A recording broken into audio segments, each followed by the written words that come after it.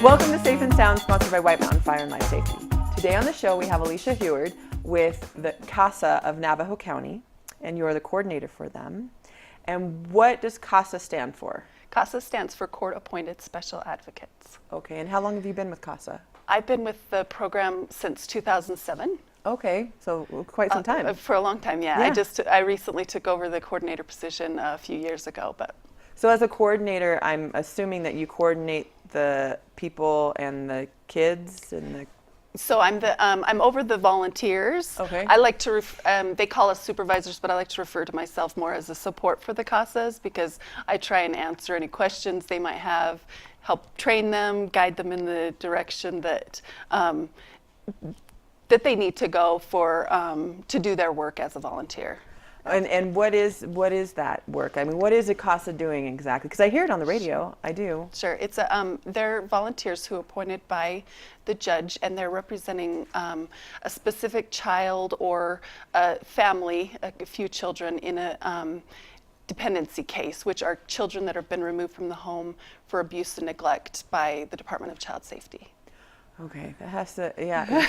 So is it because their parents can't do it because their parents are either causing the abuse or? Right. Normally it's when parents can't provide a safe environment for the children. It can be anything from neglect all the way up to there's some abuse happening, and it could be by the parents or it could be by another adult. So the child is removed from that home and put into a foster system, or? Yes, they're put in foster care. Normally, they try and look for, the Department of Child Safety tries to look for families that are related or what they call kinship care as their first placement. They're people that these children already know. That's where they try and place them first. If they're not able to find any family members that can take the children, or somebody that's familiar to them, then they'll place them in a licensed foster home. And that's when these court-appointed members come in and are able to act on behalf of the child, because the child, being at a young age, really can't speak for themselves or understand what's going on. Right, and most adults don't understand the whole court system, how it works for dependencies anyway. And so everyone in these cases usually has their interests at heart. Of course, all parents think that I'm the best one to care for my child. So these court-appointed special advocates, they meet with the child monthly. They read all the documentation that comes in, court documents and disclosures about what's going on in the case, and they make a decision what's the best interest for the children.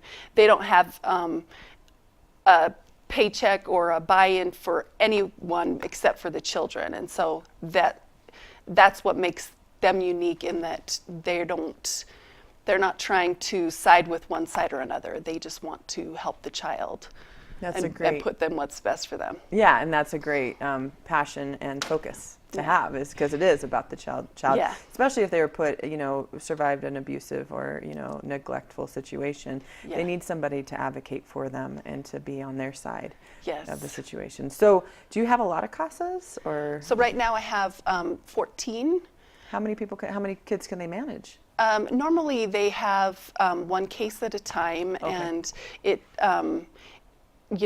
of course it varies from one child. I think the most right now that are in a family group that we have in a dependency is 5 or 6.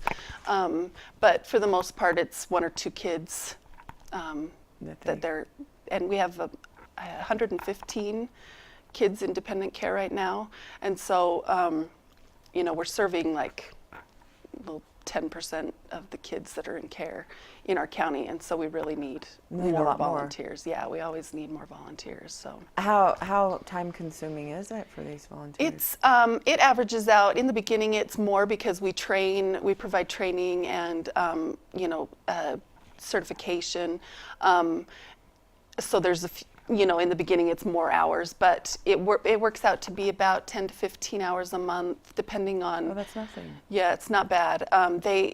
Depending on how much they're wanting to put into it, I try and be really sensitive to the fact that most people have other things going on in their lives besides, being an advocate. But when I'm assigning a case or trying to look at what would be a good match for them, I try and look at that, whether or not it's going to be something that's more time consuming or less time consuming based on how much time the advocate has.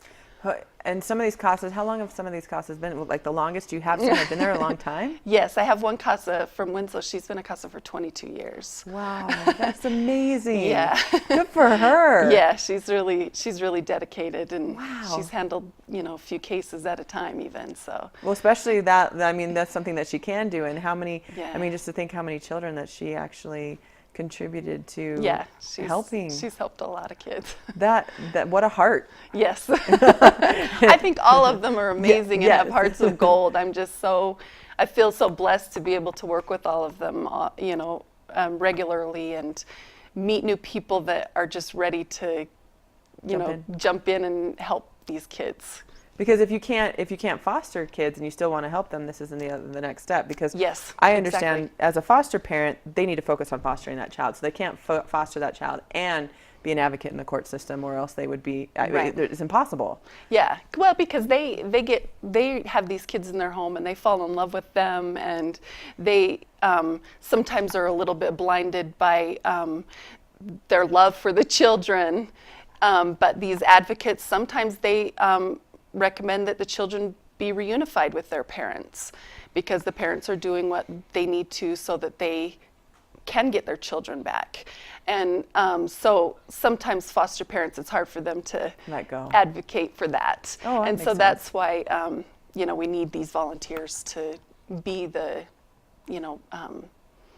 unbiased, except for to the child. Well, yeah, exactly. Voice. Yeah. They get, and that makes a good point. They actually do what the child needs, instead of a foster parent could end up Right. being, well, this is what I need. This child became my baby now, and I've been taking care of it. Right.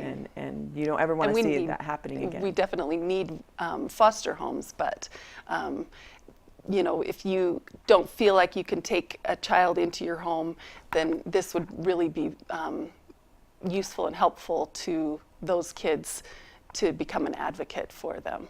How long do some of these court cases go? I would say on average in our county it's about 2 years. Okay, so they get to really know these children. Yeah, they do. And some of them are very, very involved, with the kids, and some of them, they are, when I say involved, I mean some of them, they will take the kids and go hiking and spend, lots of time with the kids, and others, they go into the foster home and they, do puzzles, or they're not taking the kids. And so I feel like I can find a match for anybody's commitment level, what they, are willing to put out there. So you don't have to spend money to, do this. You can just, spend your time. Yeah, and a little bit of time, and you're Yeah. sensitive to that, which is important, because Yeah. you're not a workhorse.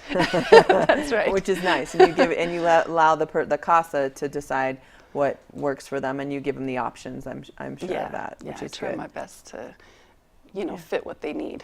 Yeah, and you need more. Yes, I Obviously, if there's like definitely- 15. Yeah, I so have far in the- 115 kids in care right now, and only 14 volunteers. I would love to have a CASA for all of them, but it's not really realistic. But as many as I could get, I would love to have. I'm always looking for more. And If there's not a CASA there, what happens to the child? well, they just. I wouldn't say that something specific happens to the child if there's no CASA, but they do have kids that have a CASA have greater educational outcomes. They're much better at completing high school and that sort of a thing. They're less likely to enter foster care, and I think that having a CASA just makes them feel more like somebody is listening and is speaking for them. Somebody has their back, Yeah. kind of supportive. Now, with the CASA, you said there's a certification. What certifications Right. does that entail? So it's an interview, background check. We do polygraph examinations because these are our most most vulnerable population. They are, somebody that we really have to protect, and so we really make sure that the people that we have become advocates are going to be safe for Protect the these child, kids. Yeah. not further any harm to the Right. child, which is Right. awesome. So they like fingerprint cards. Is that the background? Yes, check? we do fingerprinting and we do the polygraph, and then we have the training that we do. There's it comes out to be 30 hours of training. There's 3 different parts to it, but it comes out to be about 30 hours of orientation training, and it includes attending court hearings so that they can get a feel for what it's like, and To make sure that this is something that they do want to commit to. Yeah. In a way. And the thing is if you can help a child, especially in that situation, and be that beacon of hope or light for them, and be that protector, Yeah. that's nice to show that if somebody comes in. I know that BACA does that, the Bikers Against Child Abuse. Yes. They go in and you see some of the events they do with those kids, and it inspires them all over again. It gives Right. them hope after going through something traumatic or harmful, Right. which is an awesome thing. So it is definitely a selfless act to become a CASA. Yes, definitely. And it takes those special people, and there's a lot out there. It's just identifying what CASA is and stepping forward and doing it. Right. How do you? I hear you guys on the radio, but how do you get the information out to the public besides something like this? A lot of my a lot of people hear about it on the radio. That's the response I get from how they've heard about it. A lot of people also word of mouth, and I have posted in the newspaper a few times. And there's what's his name? Steve Arians from Steve Aries. Steve Aries, yes. Yes. He's a spokesperson for CASA of Arizona.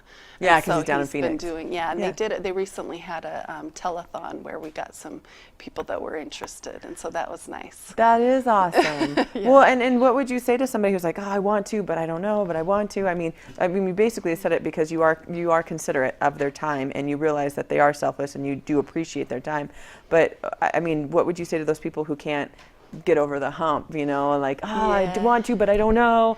I mean, because it sounds like you make it pretty easy. Yeah, I usually leave it to people to make the decision for themselves because I'm not in their life, and so I don't know what obligations they have. But I think that if people hear about it and they are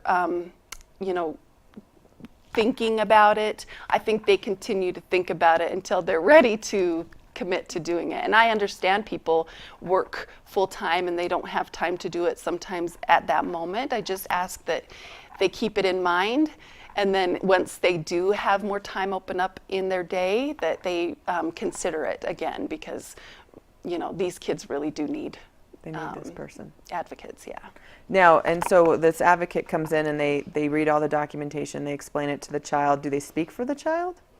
Depending on the age? So they speak for the child. When I say they speak for the child, I mean they write a report to the judge. They basically Okay. make recommendations for the judge to make a decision. So they might say this child really needs counseling services, or this child is, falling behind in school. I want to find out if there's a way to, adjust this so that they don't have these problems. Or the parents have been really doing all of their services, and I think, we can increase the visits and that sort of a thing. They make recommendations so that the judge can make an informed decision. We like to call them the eyes and ears for the judge, because Okay. she's not able to be in every she's not able to talk to every child and be in every situation so that she can, make those informed kinds. decision. Yeah. She can't be there for everything. So. Yeah, that makes sense. Yeah. So, and that's good. I mean, so they are interacting with the parents or other people and the child. They observe the parent interaction. Sometimes they will meet and talk to the parents, depending on, if the parents want to do that and if their attorneys are okay with it. And then they get all the documentation as to what the parents are participating in. Whether it be counseling services or drug screenings or, visits with the children. And sometimes they attend visits with the parent-child visits so that they can observe the interactions with the children. That's awesome that they're Yeah. able to do that, because you do. I mean, you're not tying their hands. They actually are they are an advocate for the child, and they are important to the process. Very important. Right. Yeah, they are. It sounds like, yeah. I mean, and to be able to serve a child like that is an incredible opportunity. I mean, so many times you see kids and you're like, oh, I wish I could say something, or I wish I could do something, and this is the opportunity to do that for this population up here. Yeah. And so you have 115 kids, you have 14 CASAs, and it would be nice to have one CASA per kid. Yeah, I would love to have that. And when the kids don't have a CASA, then it's the attorney that's kind of working with them. Is that right? So there is, in our county, we appoint guardian ad litems to all the children, and a guardian ad litem is a paid attorney, but they also represent what's the best interest for the child. And so they have, their paid attorney. That's the difference of what a CASA does, but they do both speak for the best interests of the child, and it's nice to have that extra, voice in there that doesn't have any, financial reason to speak one way or another. Yeah, no, they're genuine in Yeah. it, and not saying that attorneys aren't, but they don't Right. have, like you said, that financial piece in it. And Right. then, and the other thing is, if they just have an attorney and they don't have a CASA, that attorney can't be the eyes and ears, like you said, because I'm sure they don't have time. Well, they have much more cases than Yeah. just the one or two like my volunteers have. Yeah, and not that I know that at the county we have great attorneys, and not that these kids would end up being a number, but you have so many, you don't get to spend that quality time with them that you'd like, and I'm sure that that's one of the things that bothers the attorneys the most, is that they don't get that. Absolutely, yeah, I believe that's true. Yeah, and so that CASA stuff is, having a CASA is awesome. How long does it usually take to, you said it's 30 hours to training, but do they have to wait for training, or is that something when you get a new CASA in, you should start the training immediately? Or? As soon as I get an application in, I start the certification process, Okay. and part of that is the training. And so once you send me your application, you're committed and ready to proceed with becoming a CASA volunteer. So all you have to do is call me or email me, and I can send you the information to apply.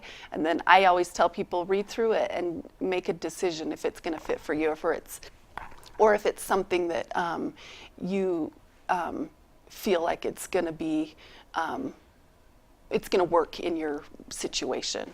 Because it does have to fit for somebody. I can't just tell people, I need you to be a volunteer. I just have to say, if you can, I would love to have, somebody be a volunteer. And are these CASAs, they work with each other too, or? Sometimes we have what's called co-CASAs. Sometimes we'll appoint 2 people on a case, or we also have what's called courtesy CASAs. If our children in Navajo County get moved to, say, Coconino County and over in Flagstaff, we'll appoint a courtesy CASA, which is a CASA that lives in Flagstaff, to visit with the children. But then we'll have our primary CASA in our county who attends the court hearings and the meetings and writes the report. They just get information from the courtesy CASA. And then we have here in Sholo, we have a married couple that are CASAs together, and it works really great because they, the parts that the one are really good at, they get to do that part, and the parts that the other one is really good at, they get to do that. That's awesome. So, and they can also talk about the case with each other, which is kind of hard for some people, as they don't have anybody to talk to, but they can get they can talk to other CASAs, and they can talk to me about their case. So. And that, to me, like me and my husband, just thinking about that, I'm like, wow, that would be great to say, are you seeing the same thing I'm seeing? Yeah. Especially with the parents coming back in. Did you notice that they're really trying? Do you see that too, or do you not? Let me go back and forth. Because that's, I think, the hardest thing would be for me personally, is to go, okay, this child was in a situation that wasn't good for them. It was not a healthy situation.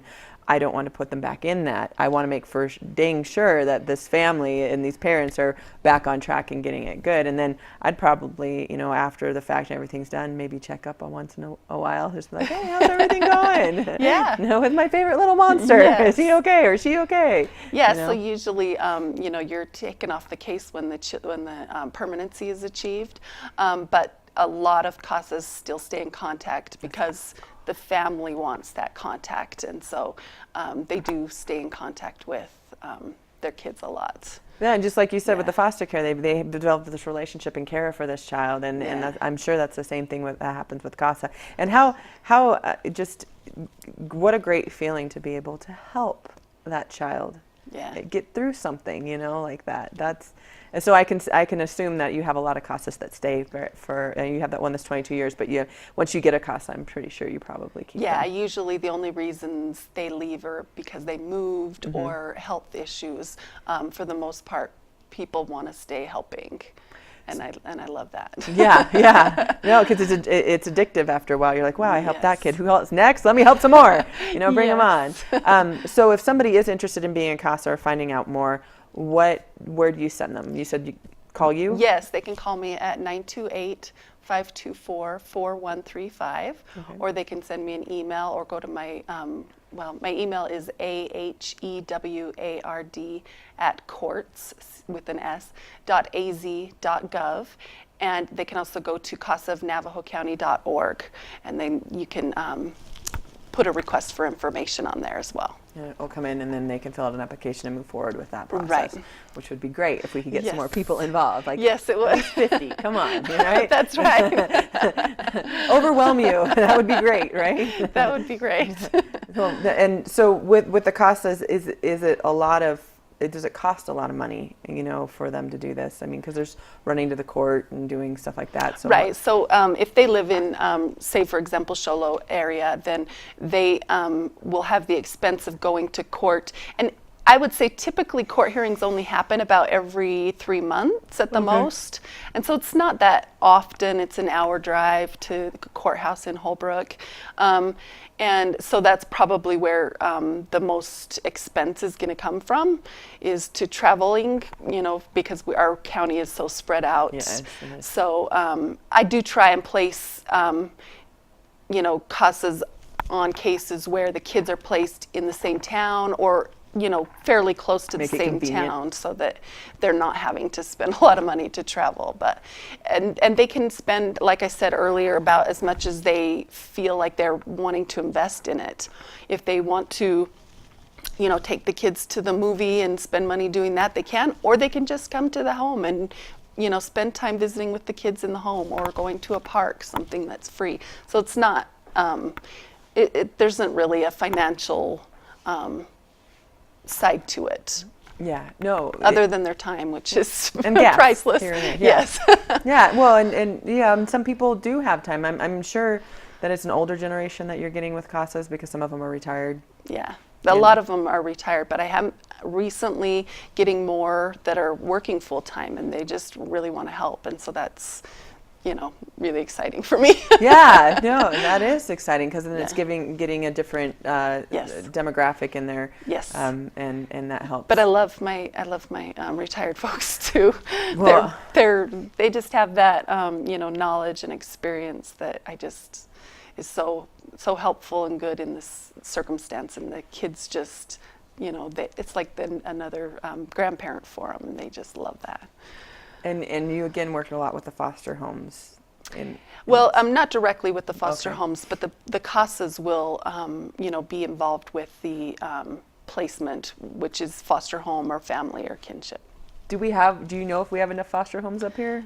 We don't have enough. In fact, a lot of our kids are placed out of county, and it's really really frustrating.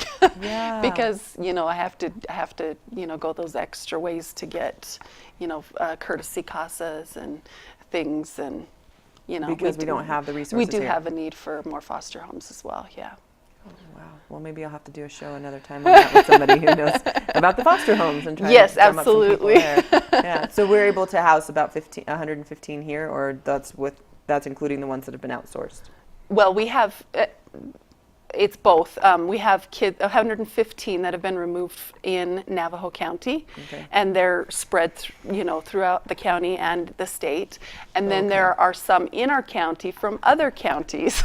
Oh, wow. So Okay. it's just it's a matter of like timing, and when a kid comes into care, Makes if a sense. family's available here, and a lot of times they're family members that they're placed with, and so that's why they're, you know, In the different places. right. So, like example, if the grandma lives in, you know, Lakeside, they might place them with the grandmother there, and so that's why we got kids from Yavapai County or wherever. Yeah, no, that makes sense. Just one last question. When they go to when the CASA goes to the court, do they bring the kids to the court? And sometimes they don't bring the kids to the court, right? Right. So kids are have a right to attend the court hearings. Typically, CASAs do not bring the kids to the court Okay. hearings because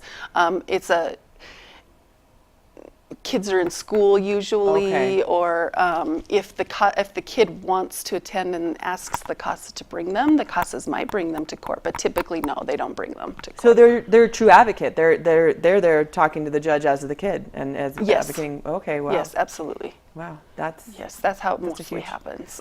that's a beautiful responsibility though, and Yes. and to be able to be that voice. So they're really that voice. Yep, they are. That's awesome. Well, I'm thankful for who you have, and I hope you get a lot more, Thank because you. it sounds like your group is amazing. They and are. They definitely do amazing work in the community. So what we'll do is I'll get your information. We'll add it to the end of this so people can contact you that way. Okay. But one more time, the website, if they want to check just some stuff on their own. It's CASA of Navajo County, CASA of Navajo County.org, and then there's lots of information on there, and there's also a place where you can submit your information so that I can send you more information, more detailed information about our county. And it sounds like you help people through their if they want to do it, you'll help them with Absolutely. everything that they need, you know, to make that Absolutely. decision. Yes. Because once the decision's made, it sounds like, whoop, we're ready to go. Let's get into this. Yes. Let's do all this training and stuff. So that's cool. So, Yeah. well, we appreciate what you do. Definitely. Thank you. You have a heart just like your CASAs. And I just want to thank everybody for watching Safe and Sound, and we'll see you next month.